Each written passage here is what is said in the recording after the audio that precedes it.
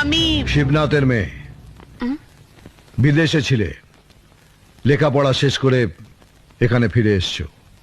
নাম মীরা। কেমন করে জানলে? আমার মুখে বুঝি আমার বাবার আদল আছে? না, আমি চিনেছি তোমার মুখে তোমার বাবার মতো ঔদ্ধত্য দেখে। এখন বলো, এ বাড়িতে কেন এসছো? আমি জানাতে এসেছি আমি একজনকে বিয়ে করব বলে ঠিক করেছি। তো করো, কারা বাধা দিচ্ছে? যদি কেউ বাধা দেয়? দেবে না, কৃষ্ণর নাম নেবে। এ গ্রামের কেউ? হ্যাঁ। কোথায় বাড়ি? এই বাড়ি। কে সেই লোক? তুমি। হঠাৎ আমায় পছন্দ হলো কেন?